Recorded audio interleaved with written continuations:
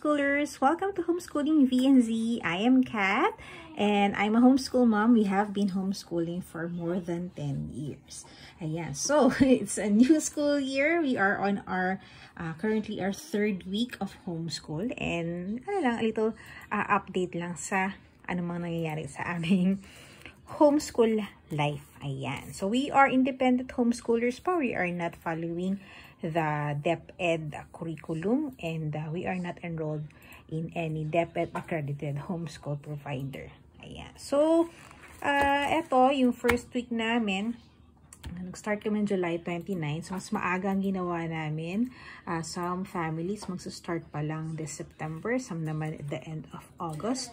Pero kami, nag-start na kami ng end of July. Yan. Kasi na-anticipate ko na by the per months, magiging busy tayo. So, magkakaroon kami ng delay sa lessons for sure. Kaya mas maganda maaga na kami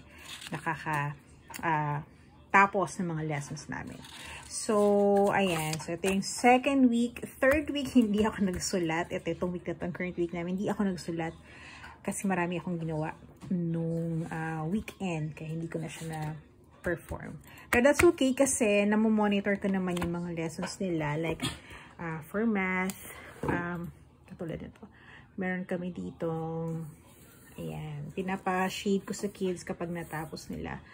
In fact, maaga kami. Ahead siguro sila ng, si grade 4 student ay ahead ng mga 1 lesson for math. And then, si grade 2 student ko naman ay ahead ng, ilan ba?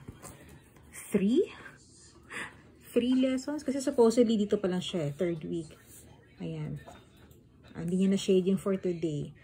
4.4. So, advance siya ng 1 week pagdating sa math. Ayan. So, initially, we had our schedule na pre-not ko. Pero after a week, binago ko rin yung schedule namin. Kasi, of course, the schedule will always change. And, nag-come up na ako ng schedule namin for homeschool, and ito yung aming current class schedule. Ayan. This is subject to change as always, pwedeng magbago. Pero based on the first week of our run ng homeschool, I think this would work for us ngayon.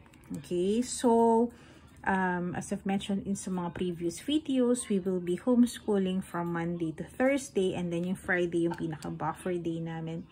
Ito yung time for field trips, for PE, for, ano pa ba? Yan, buffer. Pag biro kaming na-miss out, pwede namin balik dito. Sa Friday namin siya pwedeng gawin. Like, last week, hindi kami nakapag-homeschool ng Tuesday. So, na-move kami and wala kami na-miss out. Kaya maaga pa rin kami dun sa aming plotted the lessons for this school year. Okay, so you can see here, these are our subjects. And the yellow ones, ito yung subjects na magkasabay yung grade 2 at grade 4 student. The blue ones are sa aking grade 2 student. And then the pink ones sa aking grade 4 student. Okay.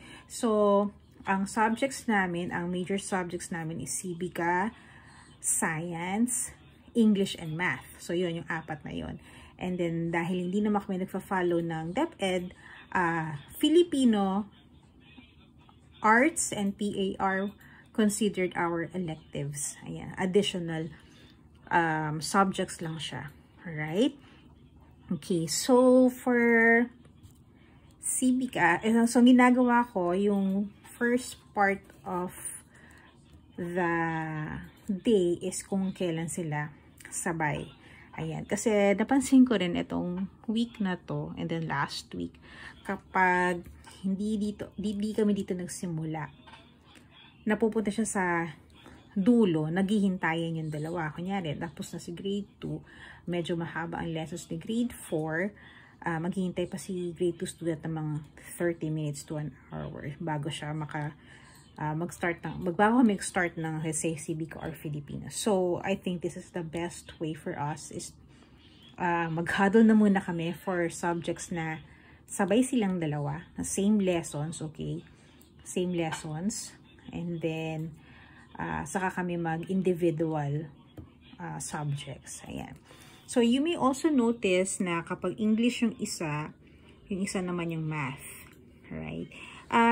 Si ate naman kasi, the English is very, leaning towards to independent work. Yung sa The Good and the Beautiful na curriculum namin.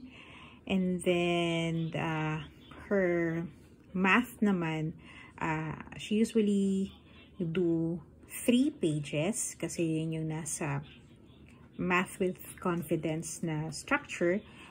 Isang page para for the both of us to work on it in lesson. Isang page for her to practice math, and then another page for her to review the previous lessons. Okay, so spiral approach si Math with Confidence. Ayan. So, kaya pinaghiwalay ko yung, kung nagmamath si ate, si bunso naman ay nag-i-English. Kasi for the grade 2 student, mas tinututukan ko siya sa English because he's learning about the different spelling rules. Ayan. And sa math naman, hindi masyado kasi mas advanced naman siya sa math. Ayan. Kaya mas gusto niya siya nag-work mag-isa. Kaya magkahiwalay yung isa English, yung isa naman ay math. Ayan.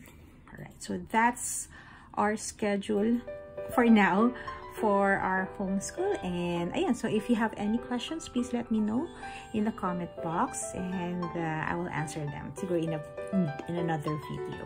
And thank you again for watching, and happy homeschooling! Bye-bye!